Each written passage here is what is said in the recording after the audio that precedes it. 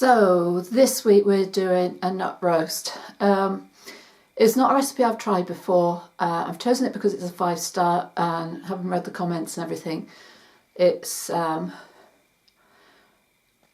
good introduction to doing a nut roast, a nut loaf. There are lots of variations. As you get comfortable with using different ingredients, you can add different things to it. What I like about this one as well is that there is a gluten-free option if you need it. So do believe that you would have to change the soy sauce in it though. So it's got flour, but you can substitute that for 80 grams of oats. So that's what I've done, just to make a change. And I think oats have a bit more flavour to them as well when it's added into cooking. So there isn't a lot of actual cooking itself to do. There's a bit involved in the preparation, but then it's the time that it takes to cook in the oven. So just go through some of the options with the ingredients. So mixed nuts. So to make this easy, I generally buy the packs of chopped mixed nuts. They quite often have hazelnuts in. I quite like hazelnuts. You can use that, or you can buy different nuts and make up a combination. So when I went to get shopping, I couldn't get the mixed nuts. There was no hazelnuts, so I've got some walnuts, I've got some cashew nuts, and I've got some almonds. So I've just whizzed those up together to give me my mixed nuts.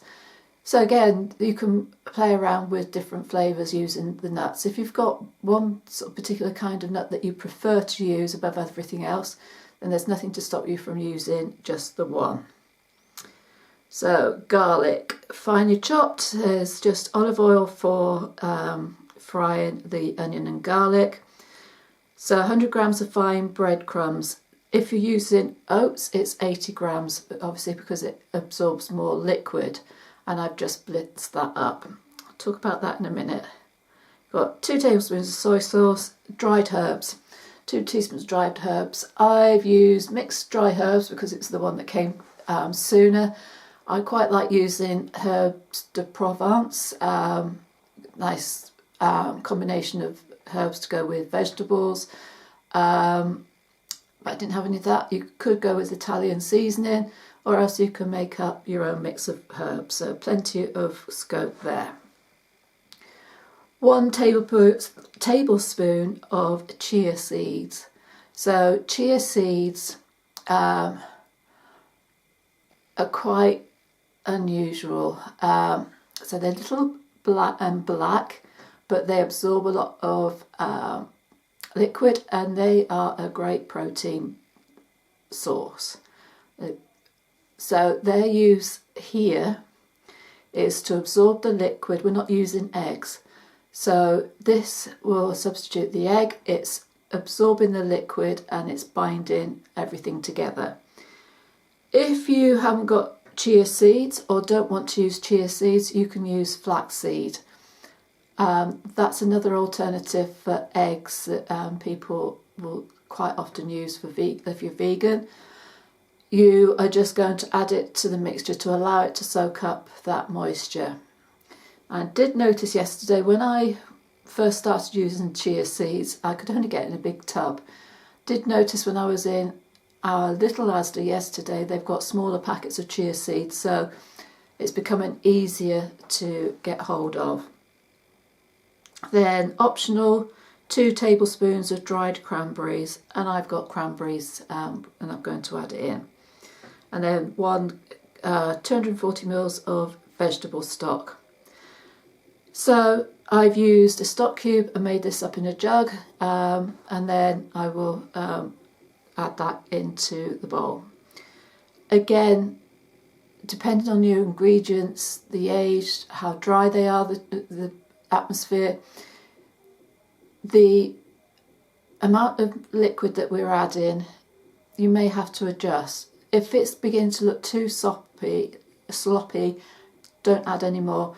You're going to leave it to rest for a few minutes to soak up some of that moisture. So you want it to be able to hold together but not be too runny. And then obviously you don't want it too dry. So, serving.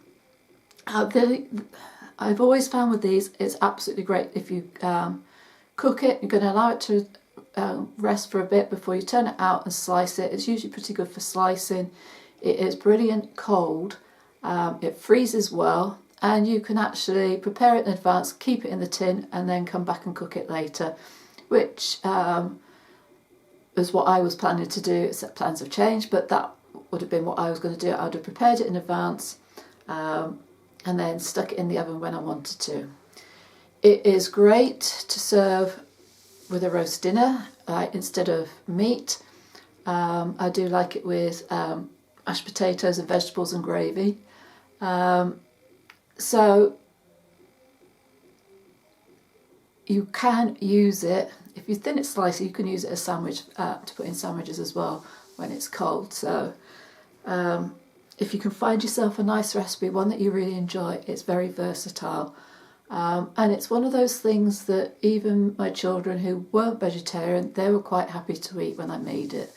And I think that's always a win-win situation.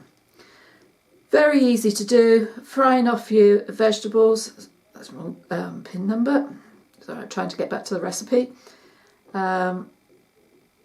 It is a very easy one to put together. You're going to fry your onions and garlic, and then you're going to combine all the ingredients in a bowl, and then it's going to go into a tin and smooth it off and then put it in the oven. There is a note at the end of here. It's fairly cool oven, gas mark 4. However, if you're doing it as part of to go with the roasting, you've got roast potatoes in, you can put it in at the higher temperature for your potatoes. It's just going to get cooked a lot quicker. So it says 30 to 40 minutes. So if you're on a cool oven, it's going to be that, the cooler oven, it's going to be more towards that 40 minutes. If you've got a high heat, then it'll be that 30 minutes. And you'll be able to tell when it's cooked. It's going to be nice and brown, and it will be set. Look forward to hearing your thoughts about it. Enjoy cooking it, and I'll look forward to seeing all your photos. I'm going to take you through the process of cooking it. I'll take a photo of it and I'll share it in the group later in the week too. Take care.